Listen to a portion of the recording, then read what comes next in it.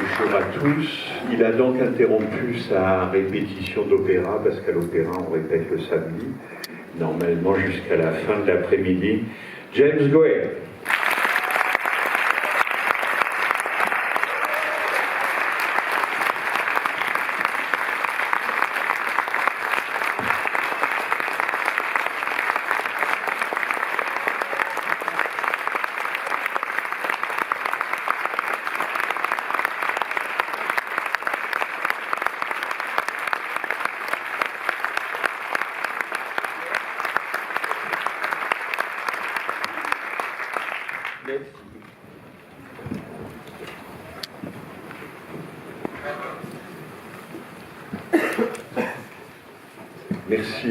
Merci encore vraiment d'être venu à la Cinémathèque, d'avoir honoré notre invitation, alors que vous répétez au Théâtre des Champs-Élysées votre mise en scène des Noces de Figaro, donc vous étiez encore en plein travail aujourd'hui. Merci infiniment d'être avec nous. C'est Pascal Fougère qui est en train de murmurer à l'oreille de James Gray qui va traduire vos propos. On vient de revoir, en ce qui me concerne, mais de voir pour beaucoup les spectateurs qui sont dans cette salle, Henri Langlois, Two Lovers. Est-ce que vous pouvez dire que c'est un film que vous avez écrit et monté très vite? C'est-à-dire que vous étiez dans une sorte de creux ou d'attente, et le film s'est imposé à vous de façon extrêmement rapide, alors que pour certains de vos projets plus lourds, en termes de budget, il peut y avoir une attente beaucoup plus longue, comme par exemple pour votre dernier film qui est encore dans les salles en ce moment, Ad Astra. Actually, what, you tell me how much I can talk. They all speak English anyway. They're all so smart. Voilà, il me dit qu'il va falloir que je l'interrompe de temps en temps. Je pense que ça sera le cas, mais qu'en tout cas vous êtes tous très intelligents et vous parlez tous l'anglais. How many didn't see it before? Do we know? Levez la main qui n'a pas vu le film. Qui a découvert le film aujourd'hui? That's a lot. They didn't throw any food at me. Donc vous êtes nombreux et en même temps vous n'avez pas acheté de nourriture, donc c'est parfait. Well, this was very different for me. It was a big break, a schism, because up until now I'd had a huge trouble getting the films made, and you know, it's interesting in the Hollywood system, if I can call it that, and I don't really work in the Hollywood system. I've never made a studio film. Even the latest movie I made was made with other money, and then Walt Disney released it, which is a very strange sentence. You kind of have to work with rules. You tell me when you want me to stop. Okay. You're doing a lot of writing. Ok. Alors, donc en fait, c'est vrai que c'était ce film-là, hein, ça a été un véritable moment différent, comme une rupture dans ce qui se passait d'habitude. C'est-à-dire que généralement, j'avais plutôt du mal à monter mes films dans ce qu'on appelle le système hollywoodien, si je puis dire, parce que finalement, je n'ai jamais fait de film de studio, même le dernier, même si le dernier a été sorti par Walt Disney, c'est un peu une phrase étrange, c'est quand même malgré tout pas un studio qui avait réuni l'argent pour le faire. And it was the first film that I made where I didn't have anybody telling me anything. That I had no assholes telling me what I had to do. Now, sometimes you need assholes. Sometimes assholes can keep you in line, and you have bad ideas, and assholes say why you have that idea. You have to do this and that. But on this movie, I had no assholes. The only asshole was me. So. That's okay. C'était le premier film en fait que je faisais sans avoir quelqu'un qui me disait ce que je devais faire, sans avoir un con qui me disait ce que je devais faire. Voilà. Quelquefois, il faut bien avouer qu'on a besoin d'un con qui vient vous dire mais attends, pourquoi tu fais ça? Non, il faut faire ça, ça et ça. Sur ce film-là, le seul con, c'était moi. Oui. you know, you always, I don't know, maybe I don't know other people, but I always try to put myself into the work. And certainly with the first few films that I did, I tried to make them as personal as I could, even with a genre aspect to them. And here was the first time I was able to remove that entirely. It was a present, basically. They gave me $9.8 million, I want to say, because the previous film I had made them a lot of money, frankly, which was La Nuit nous appartient. So that had made money, and so they said, okay, what movie do you want to make next? They said 10 million, but they gave me a little bit less. And so I made this. Go ahead. Okay. Oui, alors c'est vrai que généralement, j'essaie toujours de vraiment mettre beaucoup de moi dans un travail. C'était le cas bien sûr pour mes premiers films, dont je voulais qu'ils soient vraiment personnels, même si c'était des films quelque part qui s'inscrivaient dans, on peut dire, un cinéma de genre. Hein. Mais là, c'était la première fois en fait que je me retrouvais dans une situation qui était un cadeau, puisque j'ai finalement eu 9,8 millions dollars pour faire ce film. C'est vrai que le film que j'avais fait avant, La Nuit nous appartient, était un film avec lequel ils avaient gagné beaucoup d'argent. Donc du coup, on m'a dit, bon, quel film tu veux faire? Ok, on te file 10 millions. Bon, finalement, ils ne me les ont pas tout à fait donnés, mais quand même, j'avais de l'argent. Il a dû comprendre ce que je dis, un peu comme s'il s'entendait deux fois. But, I mean, I joke about no assholes, but I really did feel liberated. It was a great feeling. I remember I don't remember the movie very well, to be honest. Just now, I was trying to test myself to see if I could remember the music on the end credits, and I couldn't remember what I put on the end credits. But I do remember having an argument with the Pavarotti estate. That much I can remember. But the thing is, I do remember it was a very happy period in my life. I had gotten married not too long before. I had 2 young children. I came back to New York from Los Angeles. I had total freedom, and the people who gave me the money, not Wild Bunch, which was the French company that released it here, but the American group that gave me some of the money, hated the movie. They didn't understand anything about it, and they were very angry. I remember that. I screened the movie, they were very angry, and then they said, okay, well, we'll take it to Cannes. We'll see how it does in Cannes, where, of course, it got roundly booed. Alors, c'est vrai que je rigole un peu avec les cons, mais en tout cas, sur ce film, j'ai vraiment eu un véritable sentiment de liberté. Hein. C'est vrai que, en même temps, je me souviens pas forcément beaucoup du film, hein, je dois l'avouer. J'essayais de me souvenir qu'est-ce que j'avais par exemple choisi comme musique pour le générique de fin, et ça ne revenait pas. La seule chose dont je me souvenais, c'est d'avoir eu effectivement des problèmes avec les ayants droit de Pavarotti, hein. Mais une chose est sûre, c'était une période très heureuse de ma vie. Je venais de me marier, il n'y avait pas si longtemps, j'avais 2 jeunes enfants, je venais de revenir à New York après une période à Los Angeles, hein. Et évidemment, les gens qui avaient financé le film, en tout cas les Américains, hein, pas Wild Bunch qui avait sorti le film ici, mais les Américains qui l'avaient financé l'ont détesté. Voilà, film, quand je leur ai montré, après la première projection, ils étaient extrêmement en colère. Ils se sont dit, bon, ok, on va emmener le film à Cannes, on va voir ce que ça donne. Évidemment, le film a été hué à Cannes. Best thing ever is that you're also going like, when I go. I have a lot of confidence in you.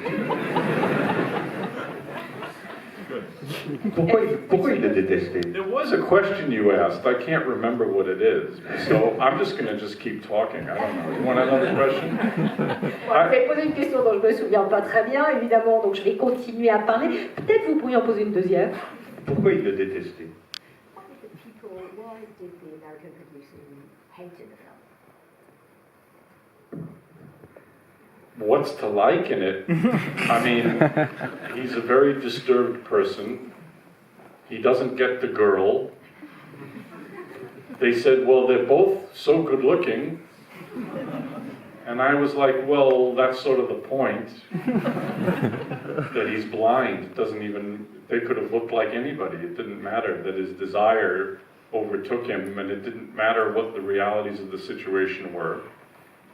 It's kind of a downer, it is. I mean, his life is he's going to be, well, I'm worried about him. I don't think he's going to handle the dry cleaning business very well. And so, and they thought, and were correct, and this part is not a joke, unfortunately, they were correct about this, that it was going to be very difficult to get American distribution, and they didn't. So the company that financed it had to release it, and the release was crap in the United States. It was terrible. And they were very surprised because the film got very good reviews in the United States. After Cannes, they thought it would get bad reviews. And when it came out, for whatever reason, the critical response was very different. So that's what sort of saved the movie in a way. Oui, alors évidemment, qu'est-ce qu'on peut aimer dans ce film, hein, évidemment, il est quand même, c'est un garçon qui est pas en grande forme, hein, évidemment, il n'arrive pas à avoir la fille qu'il convoite, alors c'est vrai que les deux sont très très belles, en tout cas c'est ce que les gens du studio m'avaient dit. Ça c'est la vraie question, parce que d'une certaine manière, on ne peut pas vraiment dire qu'il s'en aperçoit, d'une certaine manière, son désir le submerge, et l'une et l'autre auraient pu ressembler à un peu n'importe quoi, hein. Moi je dirais que je m'inquiète pour ce personnage en fait, hein, parce que je suis pas sûre que l'entreprise de nettoyage à sec va forcément être quelque chose qui va lui convenir et qui va pouvoir mener à bien. Bon, plus sérieusement, et ça c'est une réalité, c'est un film qui a été mal distribué aux États-Unis, hein, tout simplement les producteurs n'ont pas réussi à trouver de distributeur, ils ont été obligés de le sortir eux-mêmes, ce qui fait que ça n'a pas été bien fait. C'est pourtant un film, étonnamment, qui a eu une très bonne réception critique aux États-Unis, hein, et je crois que c'est ce qui a sauvé le film finalement. But it's funny because you realize that sometimes, I mean, the film, I was very happy making it. It came out in a way that you know, you don't know whether something you do is good or bad. That terminology doesn't mean anything. But there is a degree to which it fulfills what you'd hoped for it. And I remember thinking, Joaquin and I thought, we were making the film, we thought, it's so funny, oh my God, it's hilarious. We kind of thought we were making a comedy. And I remember the first screening for about 25 friends of ours. And the first person who came up to me and said, that is the saddest movie I've ever seen. And I recognized the true meaning of catastrophe and artistic failure. Because I thought a lot of it was very funny. But it doesn't play that way. I guess when a guy tries to kill himself in the first 20 seconds, it kind of puts a damper on it. Alors, c'est vrai que c'est assez rigolo parce que, voilà, comme je disais, c'est un film que j'ai fait en étant très heureux, et quelquefois, hein, on ne peut pas dire qu'un film remplisse vraiment les attentes qu'on avait, hein. Alors c'est vrai que pendant qu'on le faisait avec Joaquin Phoenix, on rigolait beaucoup, on avait vraiment le sentiment d'avoir fait une comédie.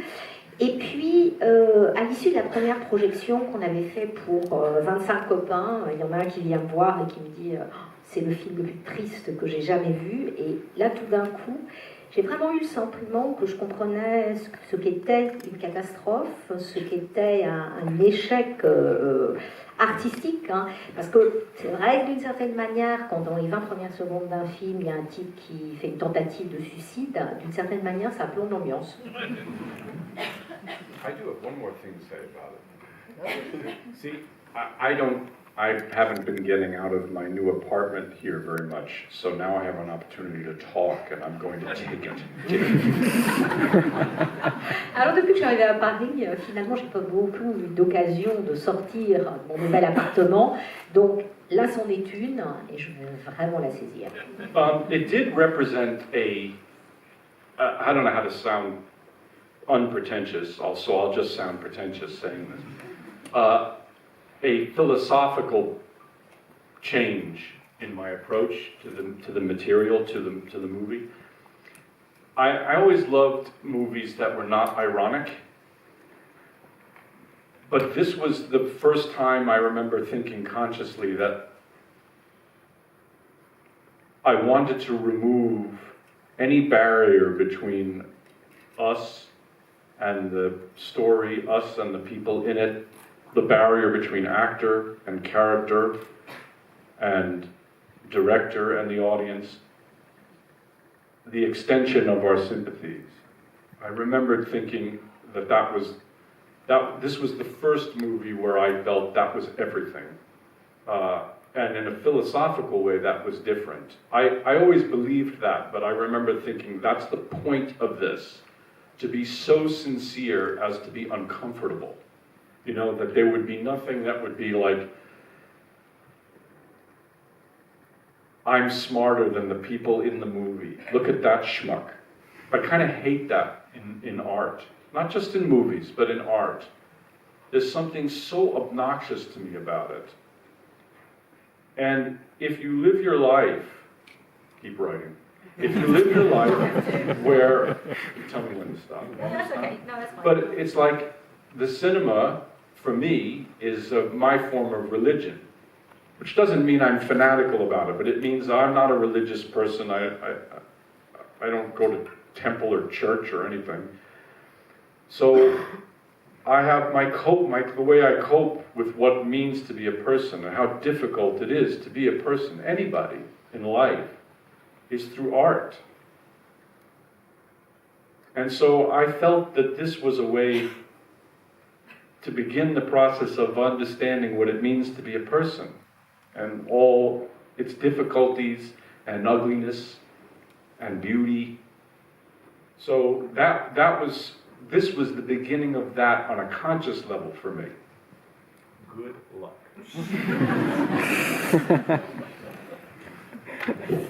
Alors, c'est vrai hein, que, voilà, il y a, là, avec ce film-là, il y a un véritable changement, je dirais, sur, quelque part, ce qu'est ma philosophie du cinéma. J'ai toujours détesté, en fait, les films ironiques, hein, mais c'est vraiment dans ce film-là où je me suis dit que, je me suis dit consciemment que je voulais, d'une certaine manière, enlever toutes les barrières qui pouvaient exister entre nous, l'histoire, les gens, l'auteur, les comédiens, leurs personnages, le réalisateur, le public. Hein. Je voulais vraiment que tout ça, ça soit dans une empathie extrêmement, extrêmement importante. Et ce film, je l'ai fait vraiment avec une philosophie différente. C'est-à-dire que j'étais prêt à aller jusqu'aux limites enfin, de la sincérité. C'était quelque chose qui devait être tellement sincère que ça pouvait tout à fait aller jusqu'à l'inconfort. C'est-à-dire que je ne voulais absolument pas, d'une certaine manière, que quelqu'un puisse penser que j'avais été là en disant mais c'est qui ce pauvre type, c'est qui ce crétin quoi en fait, parce que je trouve que c'est une attitude vraiment qui oui, qui n'est pas acceptable et en même temps c'était quelque chose qui, ce film-là, qui permettait de voir, je crois, à quel point c'est difficile en fait de vivre une vie, de vivre sa vie. Le cinéma, c'est ma religion à moi. Je ne suis pas fanatique du tout. Hein. Par ailleurs, je ne suis pas quelqu'un qui est religieux. Mais ma manière à moi d'arriver à quelque part supporter ce qu'est la vie avec toutes ses difficultés et ses moments heureux aussi, hein, c'est à travers l'art en fait. C'est par ça que j'arrive à tenir, hein, qu'est-ce que ça signifie d'être une personne, tout simplement. Et c'est vrai que voilà, il y avait dans ce film-là cette volonté de mettre tout ce qu'il y avait dans la personne, tout ce qu'il y a de plus beau et tout ce qu'il y a de plus terrible et de plus difficile. Est-ce que cette empathie dont vous parlez pour vos personnages, est-ce que c'est lié au genre du film? Est-ce que c'est lié à la question du mélodrame? Et est-ce que vous pouvez nous dire le travail, par exemple, que vous avez mené avec votre scénariste, Richard Menello, et comment vous avez donc Nuit blanche de Dostoïevski et comment après c'est devenu autre chose.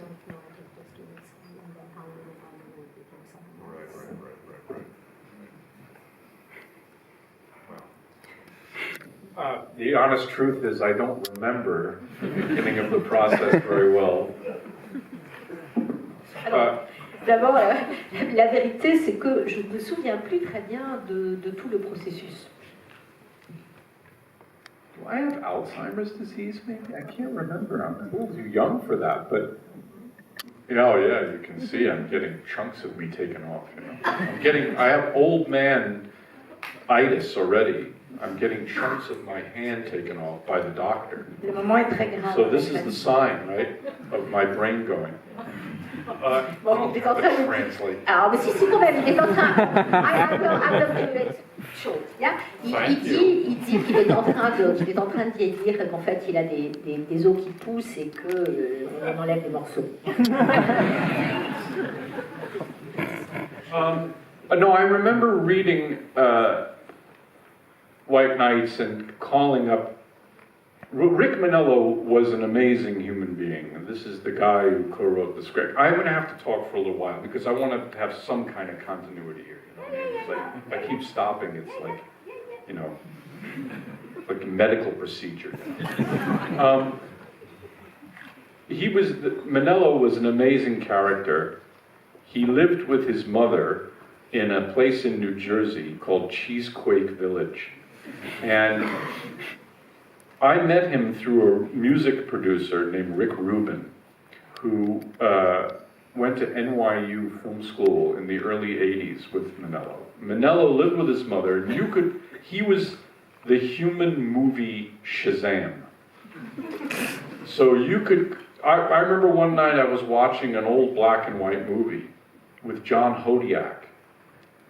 And I kept pressing the guide button and it kept saying to be announced. It wasn't telling me the title. So I was talking to my friend Rick on the phone. I said, I'm watching this old movie with John Hodiak. It's amazing. I don't know what it is. And he said, hold on a second. And he three-way calling.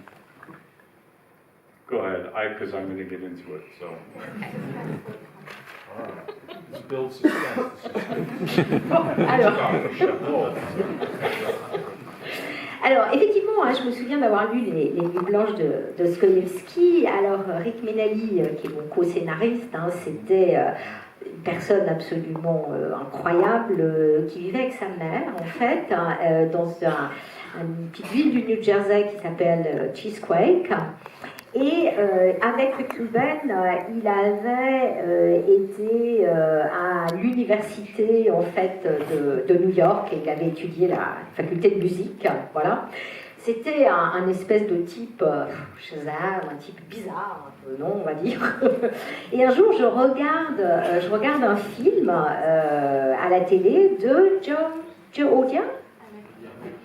Avec John Hodiak. Avec John Hodiak, voilà. Le copain, si j'ai bien compris, était une sorte de Shazam des films. Voilà. Et qui, je sais pas en fait, hein, voilà, je sais pas trop ce que je regarde, donc je l'appelle, je lui dis écoute, je sais pas le titre du film. Et là, il me dit attends une minute. Voilà, donc le suspense, hein, à la Hitchcock, parce que c'est un truc bien. Hello? Hello? Yeah? We just got put on the phone. What do you want? Who is this? My name is James Gray. James Gray? Did you direct Little Odessa? Yes. That wasn't good.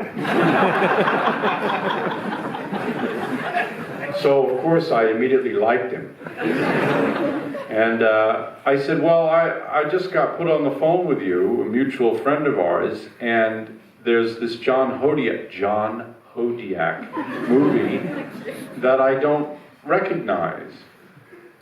Put the telephone to the television speaker. It's like, okay. About 20 seconds later, hello, hello, hello, hello?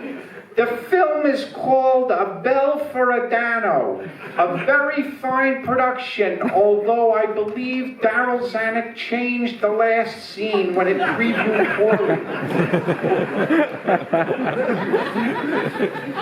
Now, I thought I was good. It was always my dream, and I never succeeded, but it was always my dream to get Minello in the same room as Martin Scorsese, because I believed that they might both burst into flames.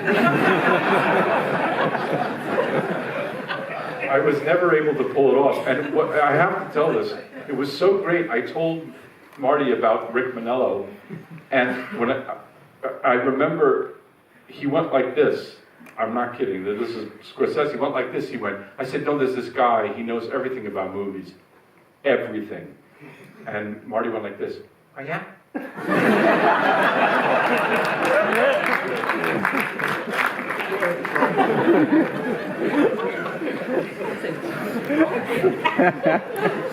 Alors, you were not generous. Some dumb American. Voilà. Vous comprenez tous l'anglais, donc je vais rentrer chez moi, je vais rien faire. Ce public n'est pas comme ces idiots d'Américains qui ne parlent pas les langues. Alors on y va quand même pour ceux d'entre vous qui ne parleraient pas l'anglais. Alors donc voilà, j'entends allô, allô, oui. Alors on vient de me passer la communication avec vous. Vous êtes qui? Je m'appelle James Gray. C'est vous qui avez fait Little Odessa, mais c'était mauvais ce film. Hein? Alors, j'explique mon cas, je me dis voilà, je suis en train de regarder ce film de John Hodiak, je ne sais pas ce que c'est. Hein? La personne au téléphone me dit approchez le téléphone du haut-parleur de la télé. Je m'exécute.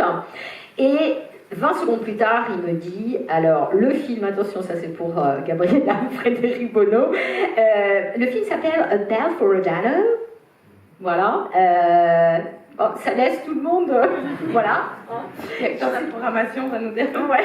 Je ne sais pas comment. En tout cas, c'est assez obscur. On nous confirme le. Voilà. We try to find the title in French. Anyway, donc la voix continue et la voix me dit. Ouais, c'était vraiment un bon film, hein. Même si Zanuck a changé la dernière scène, voilà. Et c'était incroyable parce que c'était cette espèce de connaissance comme ça encyclopédique du cinéma que j'ai toujours rêvé avoir. J'aurais adoré pouvoir mettre Rick Minello et Martin Scorsese dans la même pièce. Hein. J'ai jamais pu le faire. En même temps, je les imaginais très bien, en fait, devenant l'un et l'autre dans une espèce de compétition, etc. Et furieux, presque en feu, m'a-t-il dit. Et je me souviens d'avoir dit à Scorsese, je connais cette personne qui connaît le cinéma sur le bout des doigts.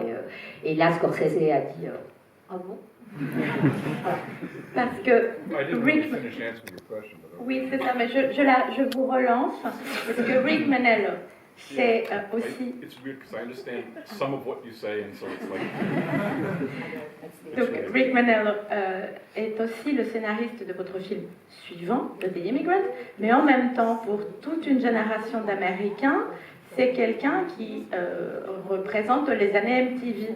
Est-ce que vous pouvez dire aussi quelque part un peu plus de votre travail justement avec lui? So, it's actually a long and not so funny story. But they have nowhere to be in the next 7 or 8 hours, so I may as well tell the story. What happened was, I started calling Rick Manello all the time whenever I had a question about any movie or any actor or anything throughout like the history of the medium. It was crazy. And he knew all of that, but he also knew, he knew about myth, or, you know, he knew about Shakespeare. I mean, he was a brilliant guy. And I found myself calling him basically almost every day with a question about movies. And then his mother died. And he was really, he had kind of a breakdown, basically. And weirdly, the process started with how do we get Rick sort of set up again in his life? And when he came out of the hospital, what were we going to do? A bunch of friends of Owen Wilson was also one of his very good friends, and Jim Jarmusch as well. And anyway, he was the most well-connected shut-in in history. And I realized that I was calling him so often and asking him all these questions that it served me very well from a selfish point of view to make him the co-writer. He would get money for the movie, he would get his health insurance, which here in this more humane country you don't have to worry about, but in the United States you do. And not only that, he was brilliant, he was going to help me. So I started the process of, I had read White Nights, and I thought, well, I wanted to do something about a kind of Dostoevsky, and I thought, how do you update that guy? Today he would be like diagnosed bipolar or something, and he'd be on medication. So it started there. Ah boy, go ahead. Alors, c'est vrai que effectivement, j'arrêtais pas d'appeler. C'est une histoire assez rigolote en fait, pas tant que ça. Bon, vous avez sans doute 7-8 heures devant vous, rien d'autre à faire. Donc, Rick Minello, c'était quelqu'un d'absolument brillant, qui avait cette connaissance encyclopédique, comme on a dit. C'est quelqu'un que j'appelais pratiquement tous les jours, en fait, avec une question sur un acteur, un film, et soudainement, sa mère est morte. Et là, il a fait une espèce de dépression, et il avait un certain nombre d'amis, comme Owen Wilson, Jim Jarmusch. C'était quelqu'un qui connaissait énormément de monde, et tout le monde se disait, voilà, comment est-ce qu'on va l'aider quand il va sortir de l'hôpital, qu'est-ce qu'on va faire pour l'aider à se remettre sur pied. Et puis, finalement, en fait, je me suis dit de manière un peu égoïste que j'allais le faire travailler avec moi, ce qui allait lui permettre de gagner un peu d'argent, d'avoir une assurance santé, ce que vous, dans un pays un peu plus généreux, avez facilement, mais qu'aux États-Unis, voilà, on n'a pas, donc c'est un souci. Et du coup, la personne il était tellement génial, et je me souvenais d'avoir lu donc Les Nuits Blanches, et je me disais, mais comment on reprend ce personnage en fait pour le moderniser ou pour le remettre dans un contexte plus contemporain. Et évidemment, le personnage principal des Nuits Blanches, bien sûr, aujourd'hui, il serait diagnostiqué bipolaire, et on lui donnerait un traitement médicamenteux. Donc ça a commencé comme ça. But this, I want to be clear, this was not some act of generosity on my part. It was selfish, because he was so bright, and he was so helpful to me. And we just started by talking about White Nights, and then I'm very obsessed about doing very detailed outlines. I believe in structure. I don't think, you know, there's, dare I use this dirty word, there's no art without discipline. If you can do anything, I'm very reluctant when I hear somebody say, we can do anything we want. it really means you can do nothing. You do anything you want, so what? Who cares? You need some kind of framework. And my own belief is that when we had the framework of White Nights, it was very helpful, but as a departure point, because it's not really that story much at all. And what it became was, I remember being very obsessed. I had read a poem by Louis Aragon, where I unfortunately can't quote the French, I can only quote the English. In vain your image comes to meet me, where I am the only one who finds it. I remember thinking, it was all about the idea that we have of where our interest, we don't act out of self-interest, we act out of desire. I was just discussing this with this great tenor with whom I'm working, who's sitting with us. And I just felt that I'd wanted to make something about desire, about how our judgment is completely clouded by a whole host of situations and cultural and social contexts in which we're hostage. In other words, the idea that I woke up this morning and I chose the shoes I want to wear. We do choose the shoes, but we choose the shoes within a context, you know, and that all desire itself is an extension of this idea, is fetish. I used an example the other day where I met my wife at a party. If my wife had chosen that day to go goth, I might not have ever talked to her. Let's say she was exactly the same person, but just on that particular day decided, I'm just gonna fucking try it, you know. And, I probably would not have talked to her. Maybe I would have. I don't know. Maybe I wouldn't have. So the idea itself of desire is both everything and yet incredibly superficial. So that was the desire. That was the interest we had initially in White Nights, that his longing for that woman. But then it became something else entirely. Oui, donc, soyons clairs, hein, le fait de demander à Ricky Minello de travailler avec moi, c'était pas du tout une action généreuse, hein, c'était quelque chose qui était totalement égoïste, parce que c'était quelqu'un d'une telle intelligence, et c'est quelqu'un qui m'a tellement aidé, hein. Donc tout a commencé par White Nights. Je vais ajouter que je suis quelqu'un qui est obsédé en fait par, on va dire, la trame de l'histoire. Vraiment avoir quelque chose qui soit très très précis.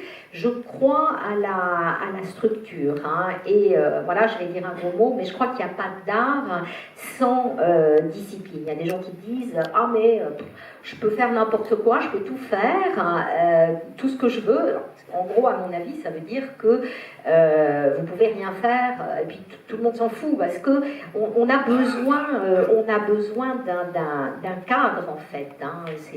C'est vraiment quelque chose que je crois profondément, et je crois au travail. White Night, donc c'est le point de départ, mais finalement on en est sorti quelque part assez vite, parce que c'est pas une histoire qui en tant que telle est si intéressante que ça, hein. Et je me souviens à peu près à la même époque d'avoir lu un poème d'Aragon que malheureusement je ne peux pas citer en français, et dont moi j'ai mangé la moitié de l'anglais, et qui dit could you repeat again the Aragon phrase? Well, I wish I knew it in the French. It's the beginning of one of Jacques Lacan's lectures. Okay. Actually, he quotes the Aragon poem. How about that for fucking pretension right there?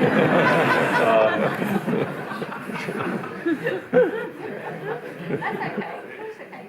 It's pathetic. Actually, you know, movie critics get very angry when you talk like this, because they think it's encroaching on their territory. They think you can't really know about that. Alors, je vais vous poser des questions en australien, parce que sinon on va pas s'en sortir. Donc, donc, en tout cas, ce poème d'Aragon qui parle de l'image de la femme qui revient, hein, c'est un extrait, en fait, que Jacques Lacan avait utilisé au début de ses conférences. Moi, franchement, j'essaye de frimer, hein, c'est un peu nul. J'ajouterais que quand on fait ce genre de choses, en plus, les critiques de cinéma sont absolument furieux parce qu'ils ont l'impression qu'on empiète un peu sur leur territoire. Voilà. S'il y a quelqu'un qui veut crâner, là, c'est le moment. Hein. Non? Lacan, Aragon, personne. Okay.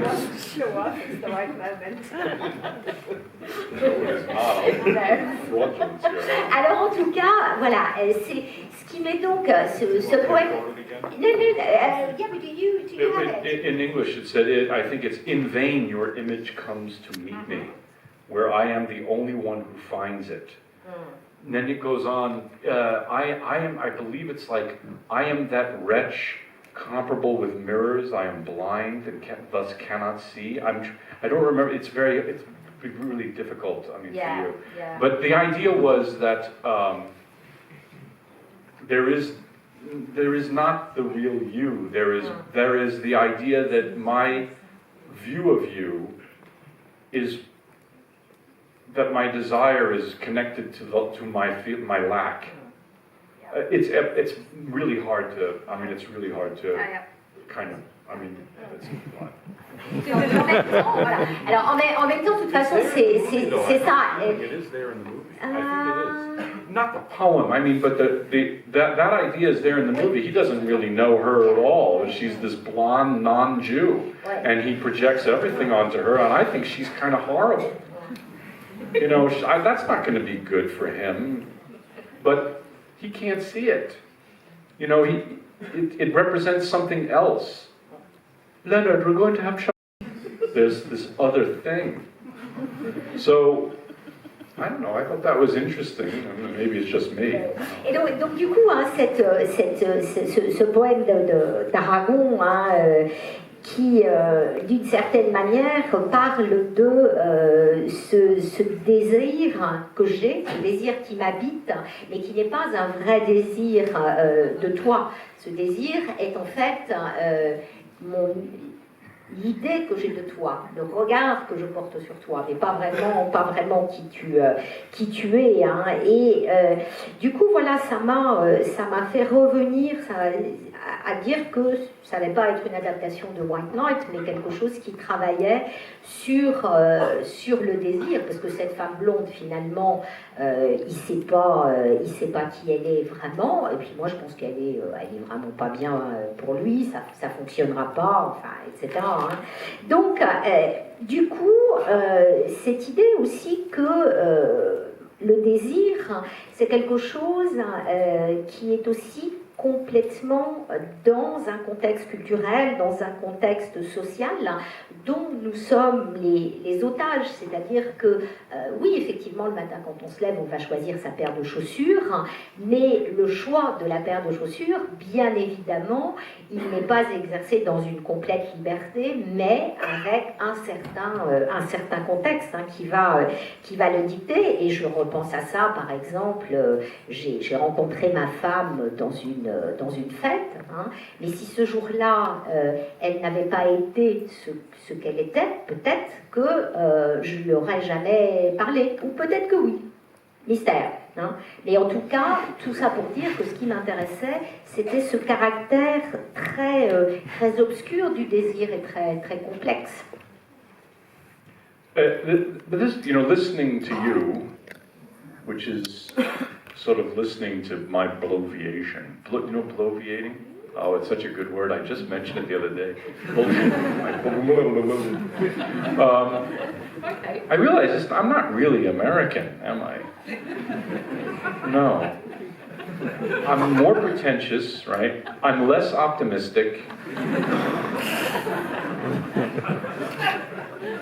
I'm certainly less interested in money, unfortunately.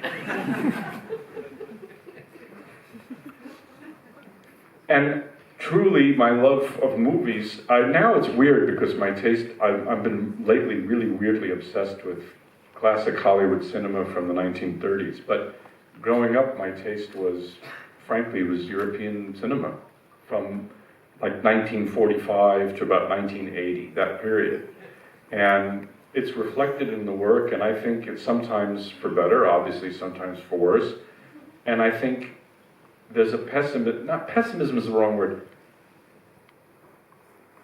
Every society lives and dies in some cases, and maybe even unfortunately my own country now, looking at the current president, dies by a collective myth. And in America, it's if you work hard, you can make it. You can do anything you want. And I think it's partly unconscious, partly conscious. The work that I've done basically says the opposite of that. And they don't really like that. You know what I mean? That's not popular. So that's why I'm here, and I have 30-year-old Doc Marten boots on. Nevertheless, you choose to wear this one. Yeah, well, instead of a nice new suit, you know. That's expensive. Et alors, c'est vrai que voilà, je blablate, mais en tout cas, j'ai l'impression, en vous entendant, que je ne suis pas complètement américain. Hein, je suis moins optimiste. Je suis country myself. Voilà, je suis. Non, mais.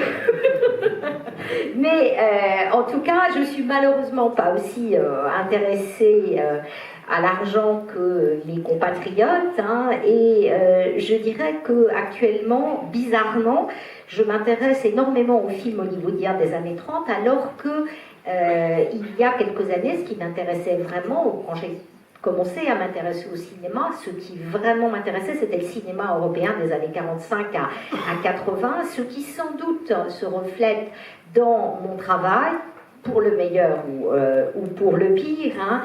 Et je dirais que dans chaque société qui vit ou qui meurt, peut-être que d'ailleurs c'est le cas de mon propre pays avec le président que nous avons actuellement, mais pour chaque société il y a vraiment un mythe collectif, un mythe commun. En ce qui concerne les États-Unis, c'est si vous travaillez dur, vous allez y arriver. Hein. Et je dirais que consciemment ou inconsciemment, tous mes films affirment le contraire. Hein. Et c'est sans doute pour ça que mes films ne sont pas tellement appréciés, c'est sans doute pour ça que je suis ici en ce moment, et c'est sans doute pour ça aussi que j'ai au pied des Doc Martens qui ont 30 ans. I mean, what loser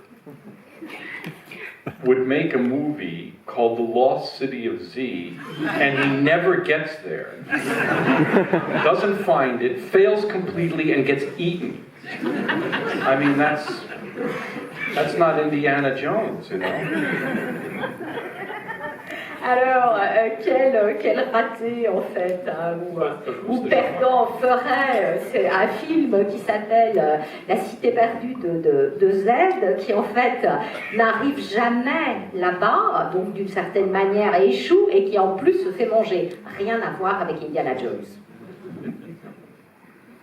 Peut-être en revoyant Two Lovers, j'aimerais là sur le grand écran de la salle, je pensais à cette phrase de Claude Chabrol, qui est un cinéaste, je crois, que vous aimez bien, qui disait que plus le sujet est petit, plus on peut le traiter avec grandeur.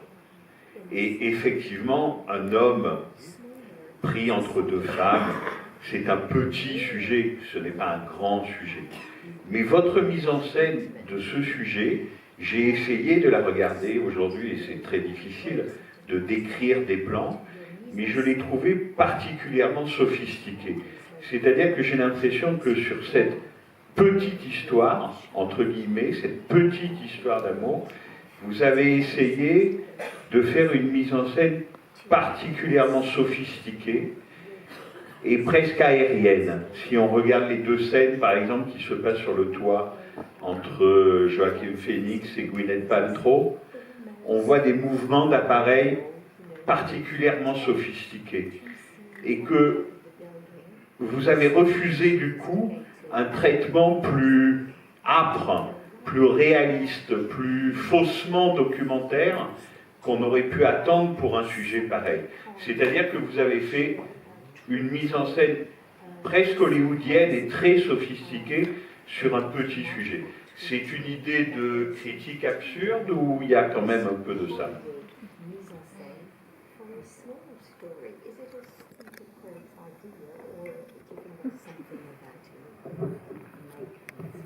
No, that's actually quite conscious.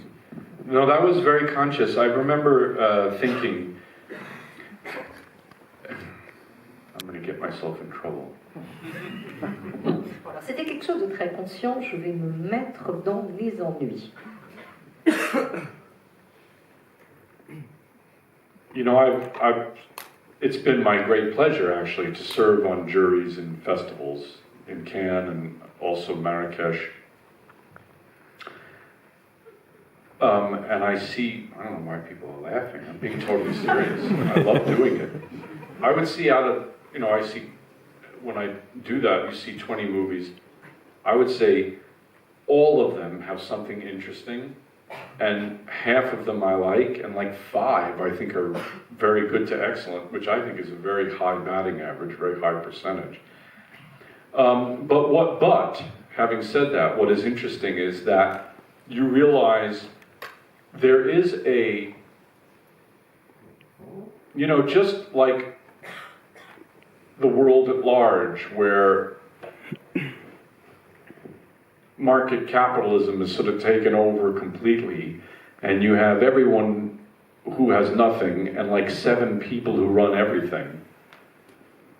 In the cinema, you have the same thing coming our way, which is you have like 5 people who make movies where people wear spandex and fly around, and it's all this bullshit, and they make $1 zillion, and it's like everyone wants that. I don't know why everyone, it's like saying, I can't wait for the next Big Mac. Like, I don't understand that, but fine, that's what they want, good, God bless them. And then there's the rest, which is, there's smaller and smaller, but what I found was that, and I remember this even around when when I did Two Lovers, that there was an aesthetic cliche that was even settling in on the art house cinema, which the Dardenne brothers had sort of created, not intentionally. By the way, I think they're great, so this is not about them, but their success, their artistic success, which is vast, birthed a whole generation of idiotic and lazy directors who thought that authenticity meant taking the camera off a tripod. And when you serve at festivals, it's fucking unbelievable because they're all the same. And so when people say, I don't like those big Hollywood movies, I like these other movies, sometimes they're actually falling into those cliches. This is so realistic. And I remember thinking consciously, I would like to do something that ignores both trends. That isn't about like, superheroes, or it's so real and you'll feel it, it's like I'm so raw, look at the ugliness and oh shit, man. So,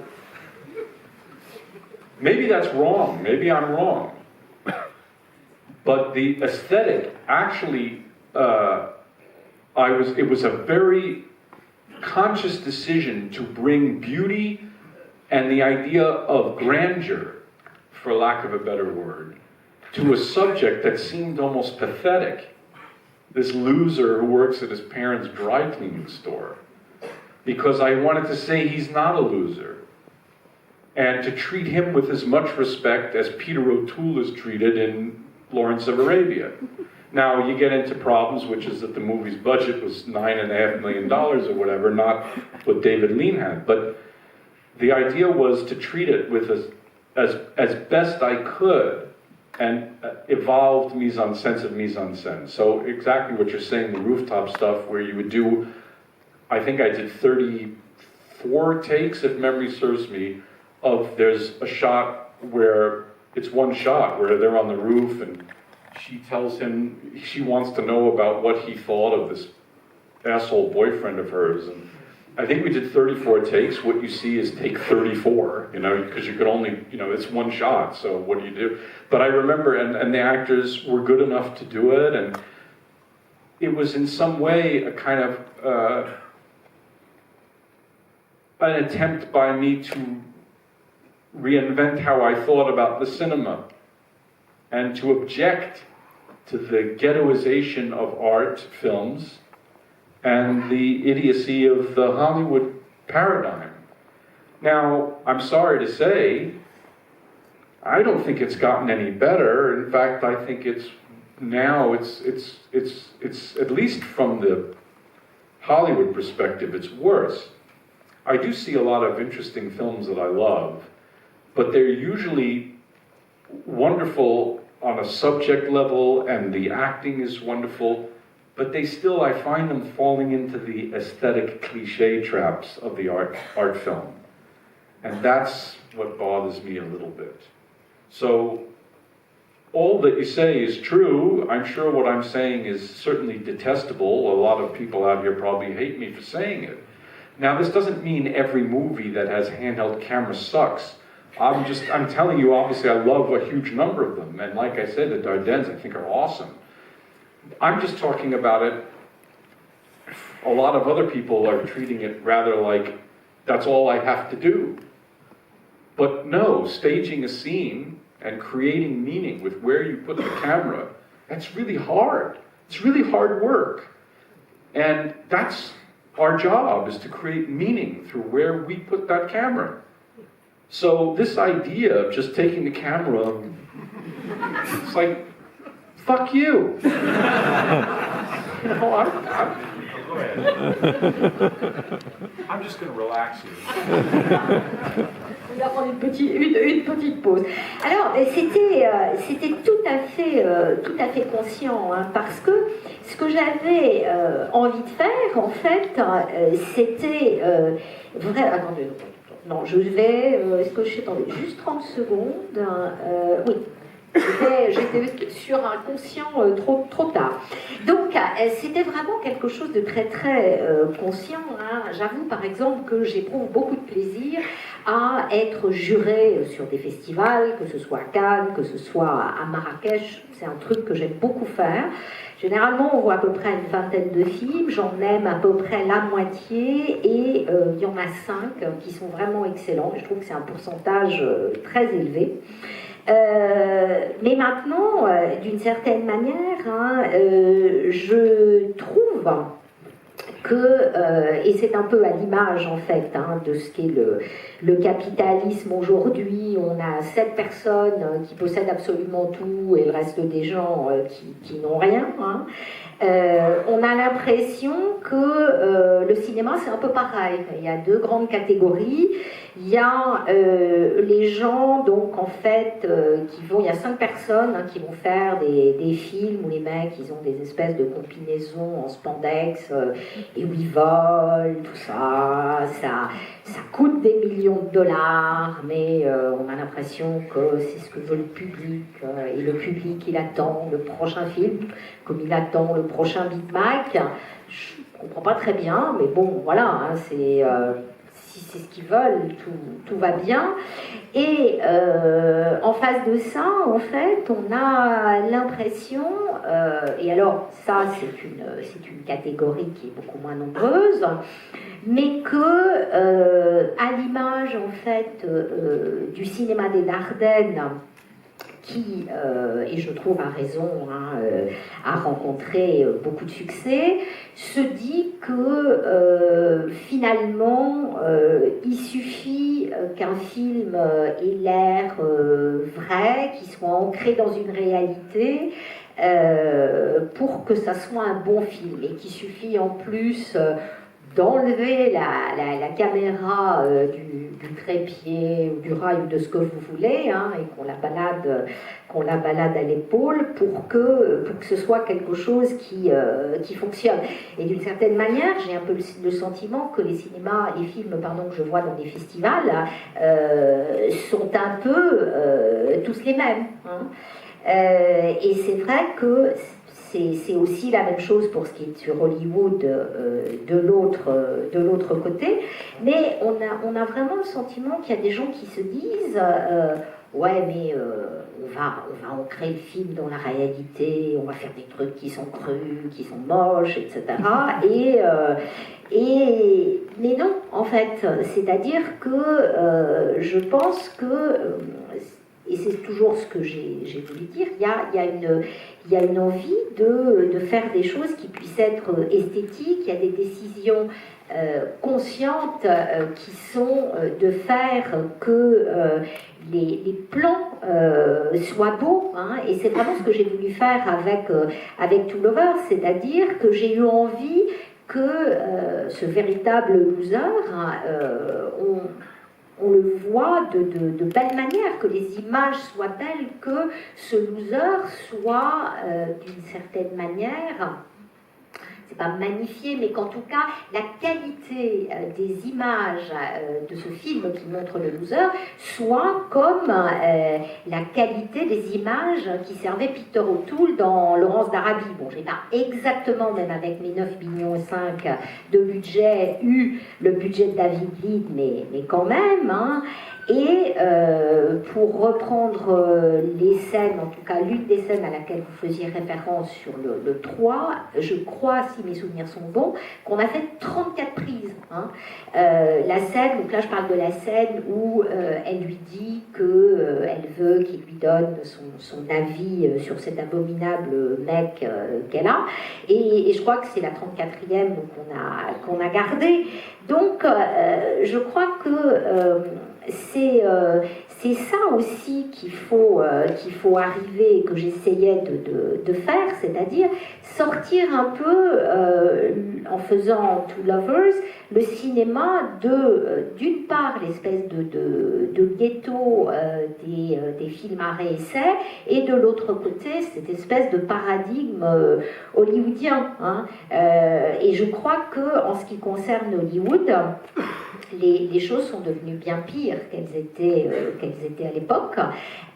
En ce qui concerne les films à réessai, il y a beaucoup de films que j'aime beaucoup, parce que j'aime leur sujet, parce que j'aime le jeu des comédiens, mais en même temps, j'ai quand même tendance à trouver que la mise en scène fonctionne un petit peu sur des clichés, hein, et c'est ce que vous avez dit. Alors, je dis pas, évidemment, que tous les films qui sont réalisés caméra à l'épaule sont nuls. Je crois que les films des Dardennes, par exemple, sont absolument formidables, mais je crois que c'est notre responsabilité de réalisateur d'arriver à faire de placement de caméra, en fait. Hein. Et c'est vraiment ce que je cherche à faire, et c'est notre besoin à nos réalisateurs.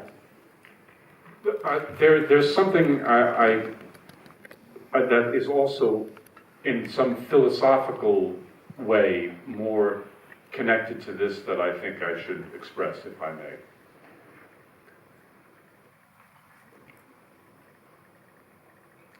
Oftentimes, the treatment of the subject, where I am going to present to you, this is the truth, man.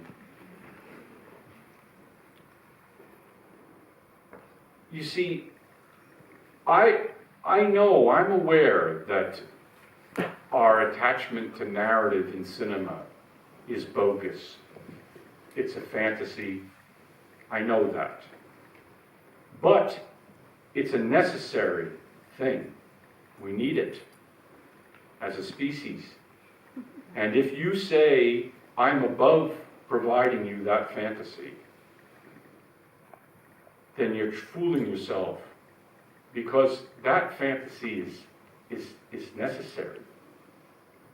It's hard to explain. I hope I'm being clear.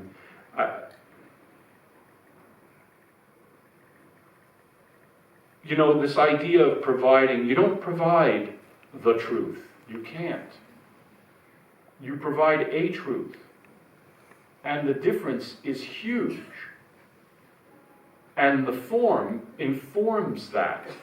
The attitude. I don't know, I'm not being clear, but it's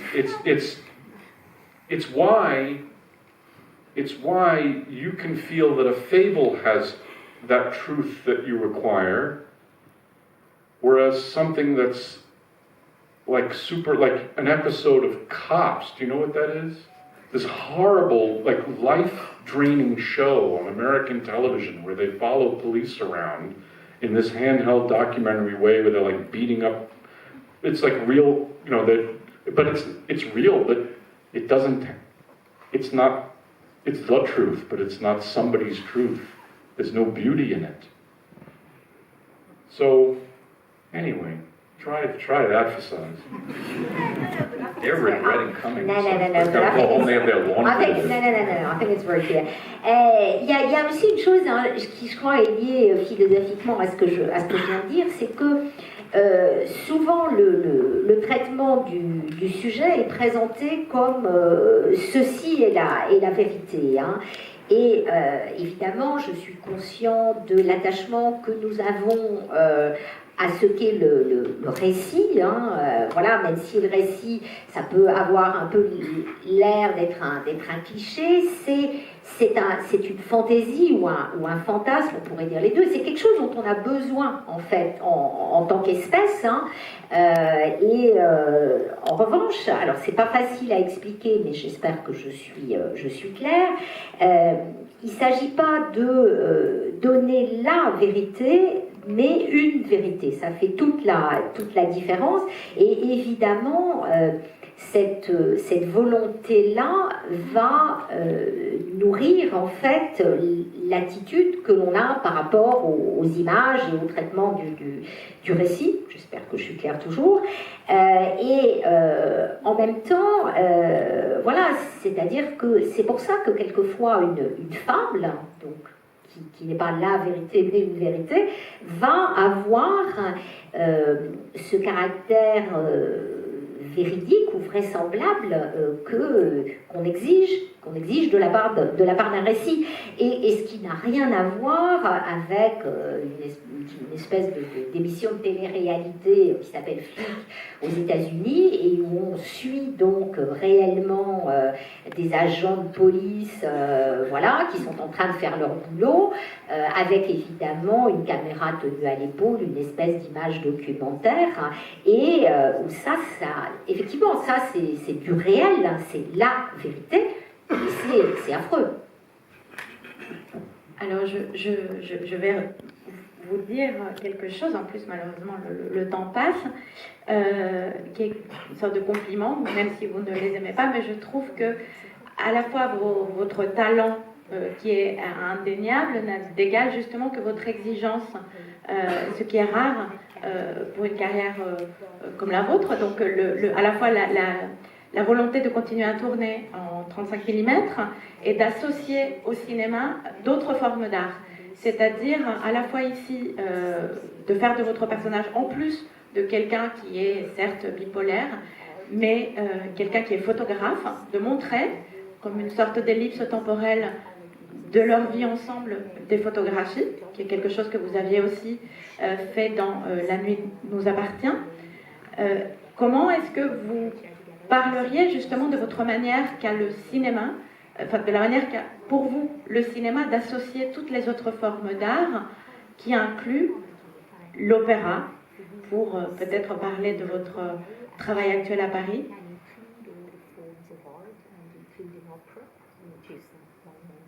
Comme on a ici, l'opéra déjà apparaît comme une forme de marqueur social. Et comment après vous allez l'utiliser, vous allez en plus diriger un opéra. Tout ça me... Well, I need to ask you what you mean by opera as a social marker. I don't know what that Parce means. que le personnage, pardon, il me demandait pourquoi est-ce que je dis que l'opéra est un marqueur social, et je pense parce que le personnage ne va pas, lui, à l'opéra, alors que la femme qu'il aime et qu'il désire va à l'opéra avec son amoureux. Et donc il s'achète un CD avec les succès, les meilleurs 10 morceaux d'opéra, et il essaye de se faire une culture. You know, if you're a fan of opera at all, if you look at the Ring Cycle by Wagner, you can sense the need. Okay, let me get at it this way. If you the time between the cave paintings of Lascaux and Las Meninas, right? That's a vast amount of, in human terms. The period between sync sound's invention and usage, 1927 to 29, and the explosion of sound film masterpieces is almost exactly at the same time. Now, what that tells me is that the human species needed the cinema, needed it, that it was in the dreams of people for a long, long time. That's why I was mentioning the Ring Cycle. You can feel Wagner trying to reach past opera. He didn't know what to do, the cinema didn't exist, but he would have been a great director. Maybe he would have worked for Hitler or something. But he was looking for something past opera, and I think it was the cinema. So, and the reason I think is that cinema is so part of our DNA is that it's like a dream. Now, part of the reason I can't stand it when people say, I saw your movie on an airplane, or something like that, which people are fine telling me all the time. I saw your movie on a plane.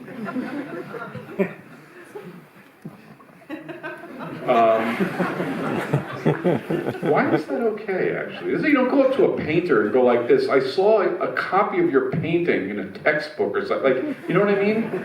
So, but it's okay for them. I don't know, when I watch a movie on a plane, I'm pushing the headphones to my ears so I can hear all the sound, but I can never hear it.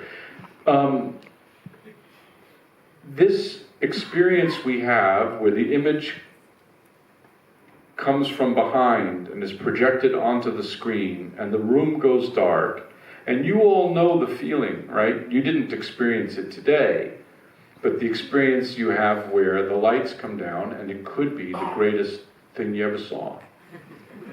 Could be. And the moment when the lights go down, doesn't matter what piece of shit you might be seeing. That moment, the potential is limitless. And it's for this dream to unfold in front of you that you cannot believe. Now, in order to achieve that beauty, it's all of the art forms together. How you position the actors in the frame is almost a form of dance. Where you put the camera is so important, right? The shot, that's photography. The frame itself, well, its origin probably is in painting, at least in some way. Lighting, of course, is related to painting. Music, obviously. So you're looking at an art form that combines everything else. Now, it has an ugly history, so we treat it poorly. Well, not in this country so much. But in most other countries, you guys are very spoiled. In most other countries, the cinema is garbage, really. It's, I brought the kid to the movie, I dropped him off, and then I went to buy some groceries. And, you know, the kid got dropped off and watched something just awful almost all the time. Which is sad because its potential is so extraordinary. And the magic of that moment when it functions is as a combination of all of the art forms in some kind of beautiful, majestic whole. Now, oftentimes this is misinterpreted, I think, to mean that movies should be fantasy. Well, they are fantasy. I don't mean fantasy like involving Wookiees. You know what I mean? That it can be more than that or less than that. but that the idea is that this is a special experience. And it's why when people talk during the movie, it's so enraging. Because they're breaking the bond that you have with the dream. Did you see that over there? Shh! Shut up! How could you do it? I'm so intimate with this thing, and you're just ruining it all. And that I think the cinema is a necessity for us, for our spirit, because it's who we are. It's all the art forms together. Now, you asked me something else entirely, which involves social class and the development of opera and all that. So we can get into that, but the time is out. They all want to go urinate. So I don't know how you want to manage this. Do they ask questions, or is it just us? I don't know how this works. I'm not trying to stir trouble, you understand?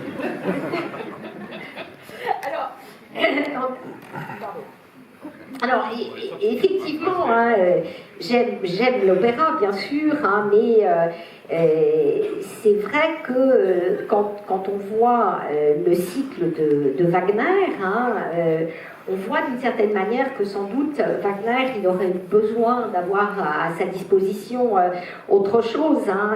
Alors, pour le dire différemment, si on prend les peintures rupestres de Lascaux jusqu'au Ménine, en regardant la chronologie humaine, il a fallu beaucoup de temps, en fait. Il y a eu un véritable temps qui s'est écoulé, qui était assez considérable, pour réaliser une évolution de la peinture.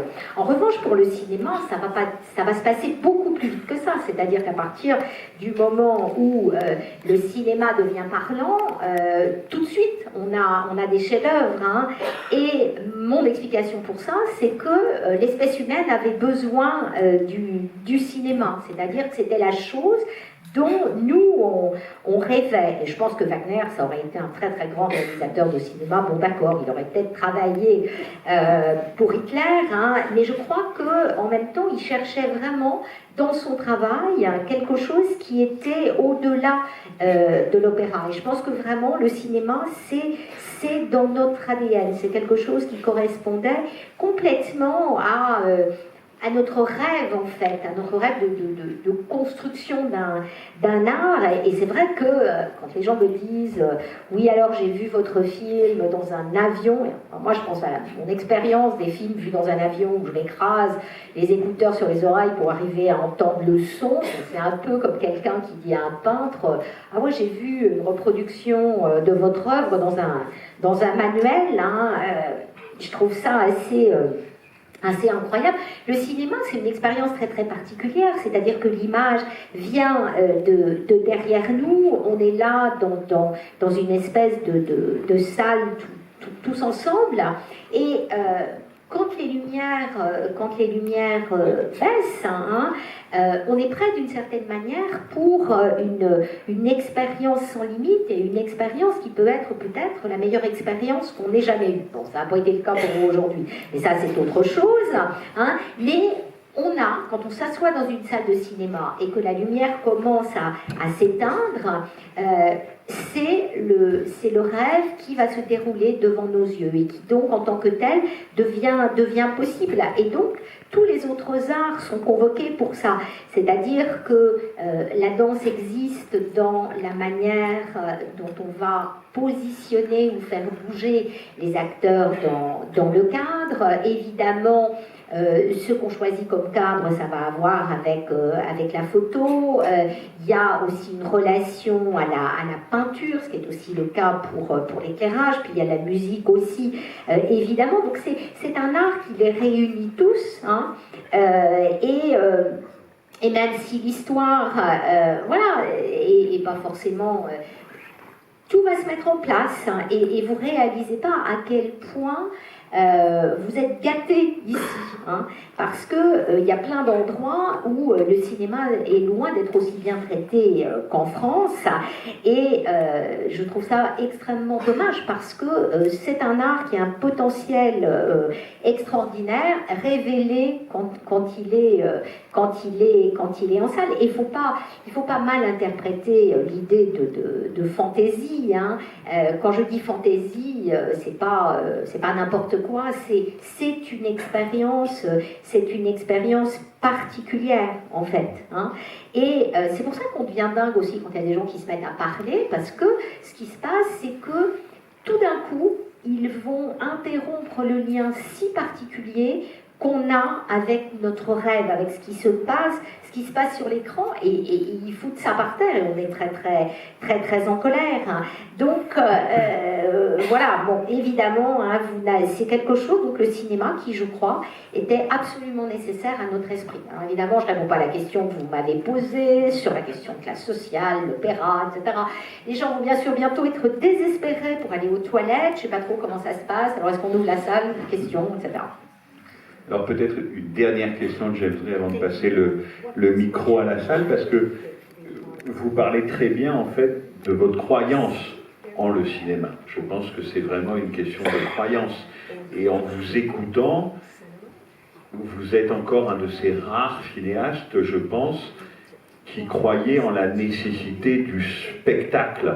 Quand vous parlez de fantaisie, de fantasme, c'est du spectacle dont vous parlez, de la beauté, de la complexité du spectacle et de la représentation. Mais si vous avez besoin du spectacle, et nous aussi, nous avons besoin du spectacle, ça veut dire que vous avez aussi besoin d'argent pour le déployer. D'argent et d'un système de spectacle. Alors, la question qu'on voudrait vous poser, et bien sûr c'est une question très difficile, parce que votre voie, la voie que vous vous êtes choisie est très étroite, c'est quels sont encore vos moyens, vos ruses, votre courage, votre énergie, pour entrer dans le système du spectacle et y faire des films, comme Ad Astra par exemple, qui sont plus intelligents, plus exigeants, plus sophistiqués que ce que nous propose le spectacle majoritaire d'habitude. C'est-à-dire, est-ce que ce combat-là, vous avez encore quelques idées pour arriver à le mener?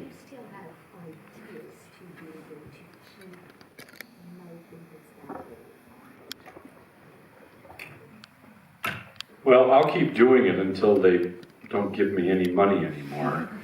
Maybe that'll be pretty soon. I don't know. Although Ad Astra did pretty well, did okay, so maybe I'll get another chance. What do you think? I'm just, alors en fait, je continue, hein, peut-être qu'à un moment donné, ça va s'arrêter. En même temps, Ad Astra a plutôt pas mal marché, alors peut-être que j'aurai une autre opportunité. You know, I respect your question, and I think it's a good question. But I do believe, with great respect, it's based on a faulty premise. The premise is, everybody's a moron. Are you worried that the work you're doing is too smart for them? Now, first of all, there are many great films made in many different styles, in many different ways, and that includes in the current Hollywood system, although I don't think the studio system has turned out a movie that's acceptable in very many years, except for, like, you know, let's say, well, no, even like, you know, Marty made Wolf of Wall Street, which is not in the system, it was made with outside money, but just as the studio system, I would say it's mostly stuff I kind of can't stand. But the presumption is the problem, I think, because the presumption is that satisfying and exploiting public taste. Now, I think it's I don't know how to I don't know how to break the cycle, but there is a cycle. Executives say, that's not what people want. But they keep determining what people want, because the analogy I always give is that if you give somebody a Big Mac every day, well, for me I would get a little old, but it seems like people really kind of want the Big Mac every day. And then you throw in a little salmon sushi. The reaction is not to go, wow, that salmon sushi is delicious. The first reaction is, what? That is so weird and awful. How could anyone eat raw food? Ew. So, in other words, the system sets the expectations it then tries to deliver on. If this weren't true, then how could the late 1960s and 70s even existed? How could The Godfather have been a hit? Today, The Godfather would be a miniseries on television because it would be too intelligent for the viewer, but it was a huge hit. So that tells you that everybody's come to be and taught to expect, this is a movie about a princess.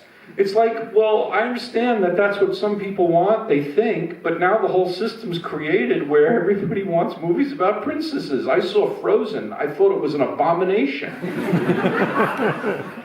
Now, this doesn't mean I'm against Disney, because I show my children Pinocchio, even though it has some racist elements, which it does. But the overall let me give you a perfect example of what it is I'm talking about.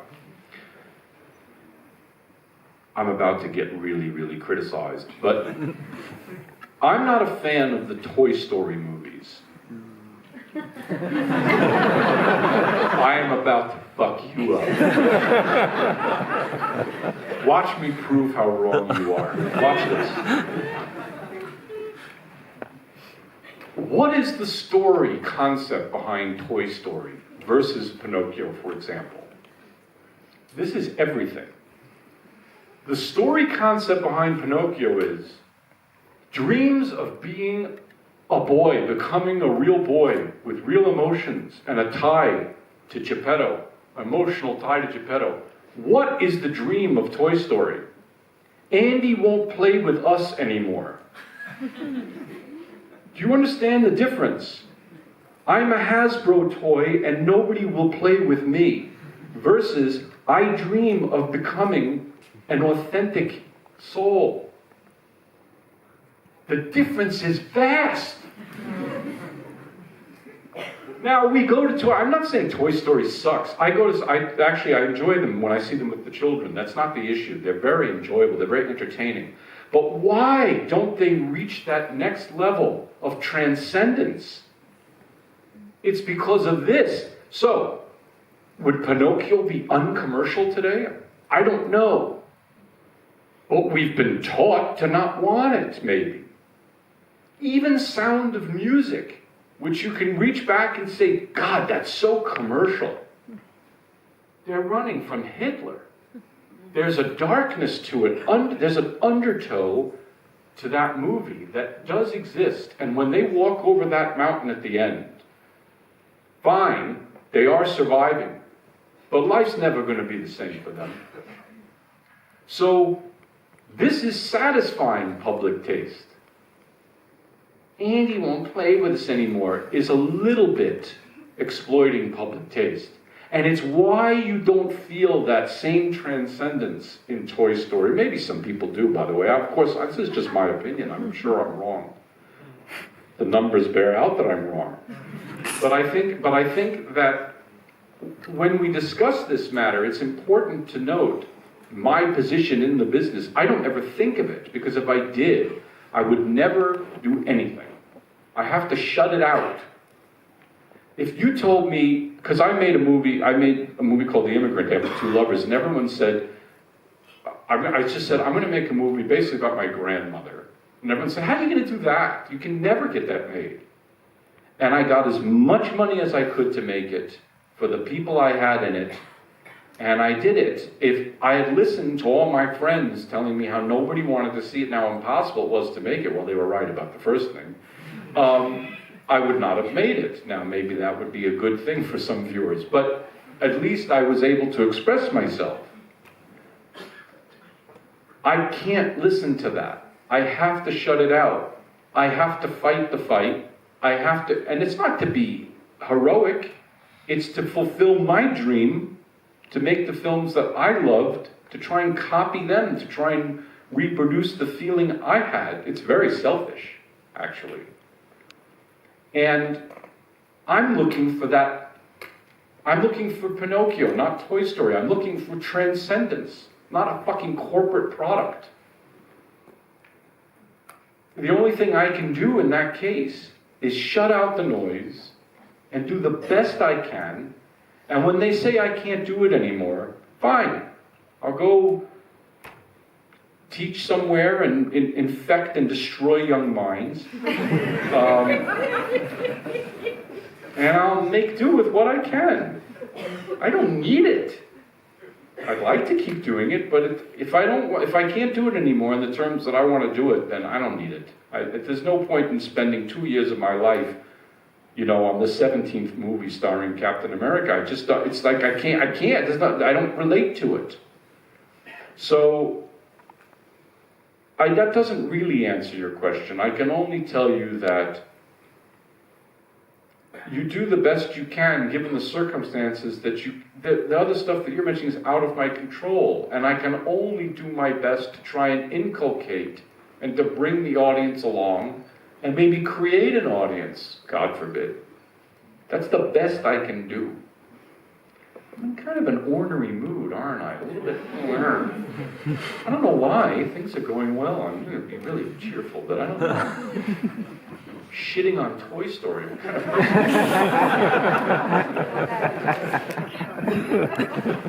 I don't even dislike Toy Story. I enjoy them.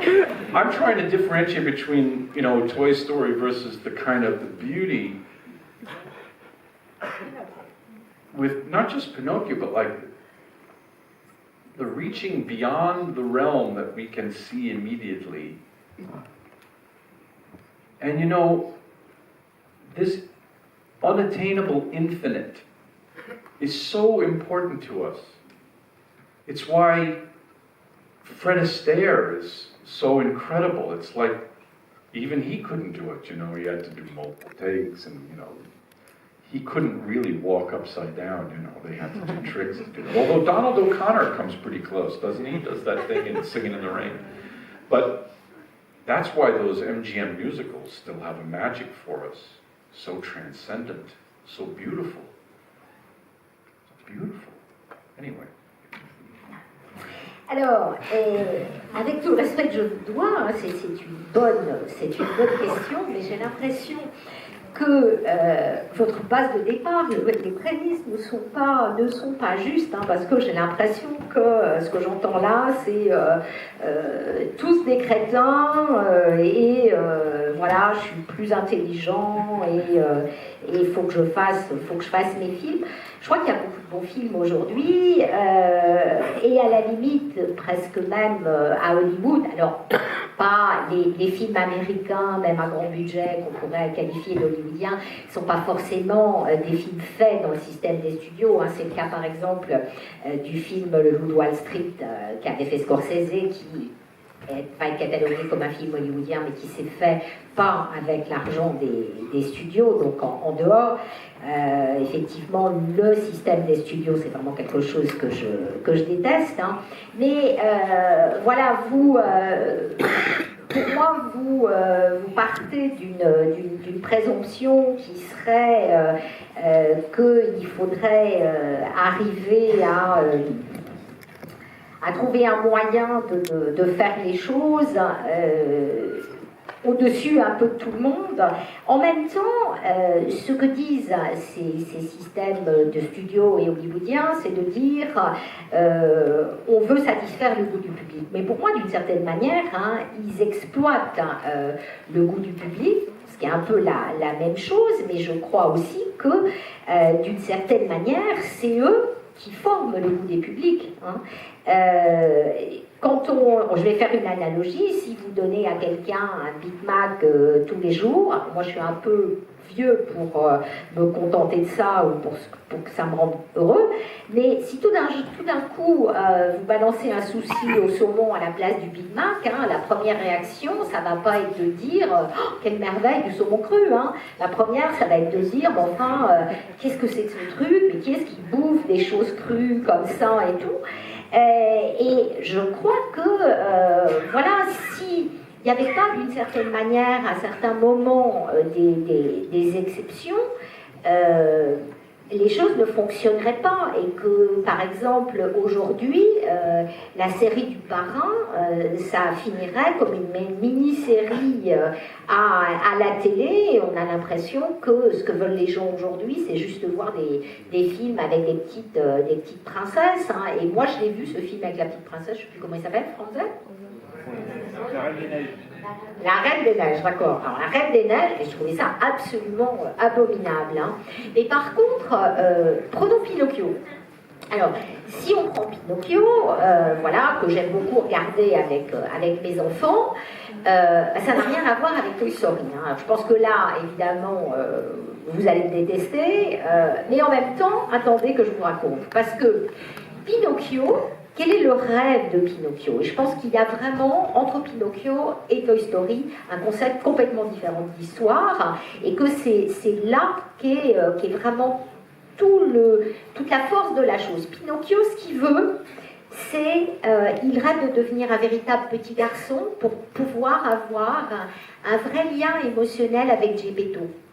Et par contre, le héros de Toy Story, on dit, enfin, les héros de Toy Story, ils sont tristes parce que le petit garçon va plus jouer avec eux. Mais c'est pas du tout la même chose. C'est-à-dire que Pinocchio, il rêve d'avoir une âme, d'être vivant, et on est à un niveau qui est bien différent. Hein. Peut-être qu'aujourd'hui, des gens diraient, mais Pinocchio, c'est pas commercial. Je ne sais pas, mais si on prend par exemple même la mélodie du bonheur, hein, même ce film qui a été un film très commercial, à un moment donné, c'est vraiment un film qui a aussi un message sous-jacent. C'est-à-dire qu'ils fuient le nazisme quand même, ces gens, et ils survivront en réussissant à passer au-delà des montagnes, mais leur vie ne sera pas exactement les mêmes. Donc, la question, c'est d'arriver, cette question qui est mise en avant de satisfaction des goûts du public, hein, ça me paraît pas être ce qui est totalement important. La question, c'est voilà, cette idée de transcendance qui pour moi est essentielle. Alors peut-être que je suis un peu isolée, hein, et si on regarde les chiffres, effectivement, je me trompe parce que Toy Story marche plutôt bien, mais je réfléchis jamais à ma position dans l'industrie ou dans le système, parce que si je réfléchis à ça, je ne fais plus rien. Hein. Quand j'ai fait le film qui vient après Two Lovers, c'est-à-dire The Immigrant, à l'origine, je voulais raconter l'histoire de ma grand-mère. C'est vrai que les gens à qui j'en parlais et à qui je disais j'ai envie de raconter l'histoire de ma grand-mère, tout le monde me disait mais attends, de toute façon, ça intéresse absolument personne, l'histoire de ta grand-mère. Personne viendra voir ce film. Et finalement, je n'ai pas écouté ça, c'est-à-dire que j'avais en moi une réelle envie de faire ce film et j'ai réussi à réunir l'argent et le film s'est fait. Alors, peut-être qu'effectivement mes amis avaient raison, qu'il n'y avait pas beaucoup de gens qui avaient envie de voir l'histoire de ma grand-mère parce que c'est pas un film qui a réuni tellement de public, mais j'avais envie de le faire et c'est une posture complètement égoïste, c'est-à-dire j'ai envie de faire les films que j'aime, j'ai envie de faire des films qui, ont cette idée de transcendance à l'intérieur et je fais juste ce que je peux faire. Peut-être qu'un jour, ben voilà, je pourrai plus faire de films, on me dira qu'on ne fait plus jamais, du coup, j'irai enseigner, j'irai détruire et contaminer des jeunes esprits. Et voilà, Parce que, effectivement, j'ai pas envie de faire la 17e version de Capitaine Américain. Hein. Ça m'intéresse pas du tout. Voilà. C'est juste ça. Et bon, après, la beauté de Toy Story, enfin, tout ça. Pourquoi? Finalement, je devrais être super heureux, et puis j'ai quand même un discours pas très optimiste. Donc la bonne nouvelle, c'est que Ad Astra a suffisamment marché pour que vous puissiez faire le prochain. On va prendre une question dans la salle. Oui, je sais, il y en a beaucoup. Alors, que je vous dise quand même, le monolithe noir et Stanley Kubrick, pas aujourd'hui. Hein. Autre chose. Madame. Bonjour. I admire your craft in spinning a web. The way you perfectly tangle the plot and the emotional stakes of the characters. And would you have an advice for us screenwriters in this matter? And thank you for making cinema with a big C. You're welcome.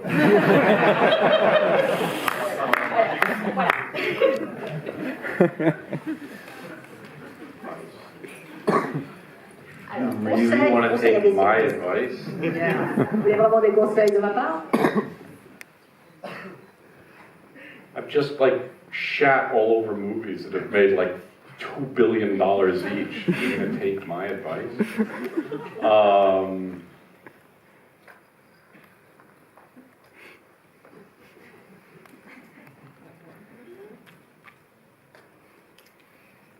I would say the most important thing, it's weird, it's almost like a form of therapy, is to try and get as personal and as connected to the material as you can on some kind of emotional level that you can relate to. That you're not don't try to conform to any trend that you see. I don't think that's helpful, and I don't think that people are going to respond to that even on a commercial crass level. I think that you owe it to the world to tell your story because there's only one of you. So, in the creation of your work, make it about you in some way. Be very self-centered. Because truthfully, once you do that, there are all these other things that come into play anyway.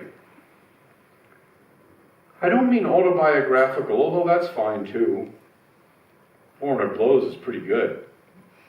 But personal, that you can understand and share the emotions of the thing that you're creating. Because that actually, I think, is everything. And it's interesting because sometimes I feel that your failures, that you think are your failures, turns out to be your style. You try to copy other people or things that you love, and the deficiencies are your style. That's the thing that makes you, you. It doesn't make it worse, it just makes it different. It makes it yours. So, it sounds facile to say, but it's like it is hard to do. It's like, and I failed many times at communicating my own personal, because the apparatus of cinema is difficult, and it gets in the way of this personal commitment. That's really why I'm talking about, you know, Frozen and Captain America and all those things. They're actually fine, and actually I'm being glib, because the first two Captain Americas I've watched with my children are very entertaining movies. But the reason I cite them is because they are, let's face it, let's cut the bullshit. They're corporate products. They are. They can work. A Big Mac at 4 a.m. in the airport when there's nothing else to eat can actually have satisfying tastes. Why not? They focused a lot on it. A lot of corporations figured out how to flavor it in such a way. So it's not about those things being worthless, but it's about the fact that in order to liberate us from this tyranny of the corporate world, they're trying to stifle your voice. They're trying to kill you. They don't want your voice. They want what is digestible in the easiest, fastest, and most direct way by the most people. So focus on your voice, what is inside of you, what you want to express emotionally. And that is everything. And I promise you, if you do that, and if you are effective at that, the world will follow in some way. Maybe not immediately, maybe not in some huge scale, but they will follow. My films have not been, with some exception, huge successes commercially, but I've been able to continue working. I think it's because, whatever the flaws, I'm sure there are many, at least there's an attempt to express myself that people can see. It may be not that good, but at least it's there, and that has some value in a world with Oreo cookies and Big Macs. Merci. Alors, De rien. Alors, De rien, je j'ai- vous en prie. Just better. non, de rien, de rien, de rien. C'est la même chose. Ouais, voilà, alors, vous voulez vraiment mon conseil, hein, je viens de dire du mal là, de film qui avait rapporté 2 milliards de dollars. Écoutez, je crois que de cette manière, c'est presque comme une thérapie. Il faut être aussi personnel que vous pouvez l'être. Hein. Il ne faut pas essayer de vous conformer à des tendances ou des modes. Ça n'aide pas du tout. Hein. Et je crois que de toute façon, si vous faisiez ça, vous n'obtiendriez pas non plus en fait une réponse commerciale satisfaisante. Hein. Ce qui est intéressant, c'est ce qui vient de vous. Il faut que vous puissiez, à un niveau émotionnel, comprendre et partager ce que vous allez créer. Et je dirais que ce qui est intéressant, quelque part, c'est même les échecs. Ce qui compte, c'est votre style. Et que même si vous essayez, d'une certaine manière, de copier des gens que vous aimez énormément, hein, bien sûr, il y aura des déficiences dans ce travail-là, et c'est ça, finalement, qui sera intéressant, parce que ça sera ça, votre style. Ça ne sera pas plus mauvais, ça sera juste différent. Hein. Et je crois que, de toute façon, ce que les gens cherchent à faire commercialement, hein, c'est juste arriver à trouver l'espèce de produit qui va être le plus rapidement digestible par le plus grand nombre de personnes. Hein.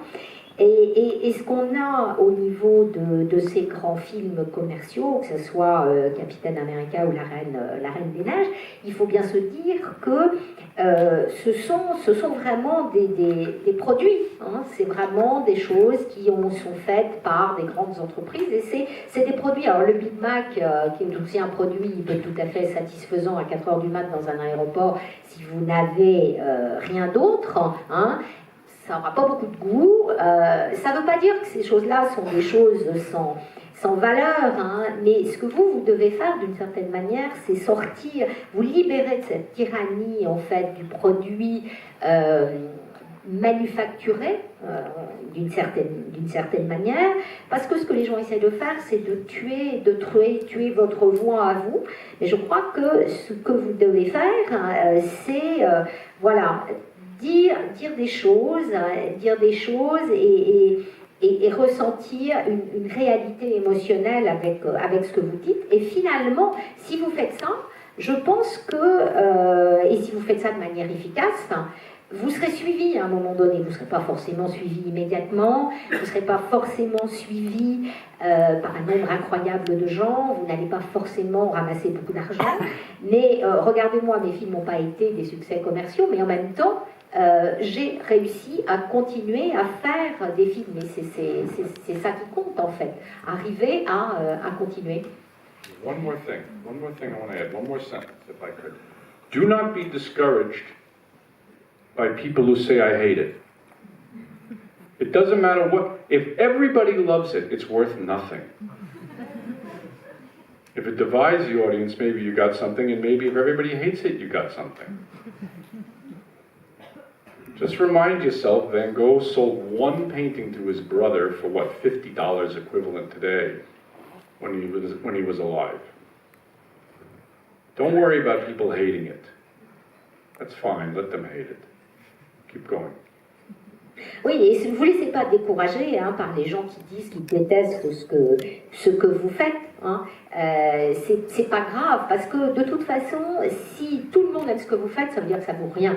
En revanche, si les gens ne sont pas d'accord, et même si les gens détestent ce que vous faites, peut-être que vous avez quelque chose en fait. Et souvenez-vous toujours que Van Gogh, de son vivant, n'a vendu qu'une seule peinture à son propre frère pour l'équivalent de $50 d'aujourd'hui. Donc, vous laissez pas décourager, continuez. Merci beaucoup Pascal. Merci Gabriela. Thank you so much.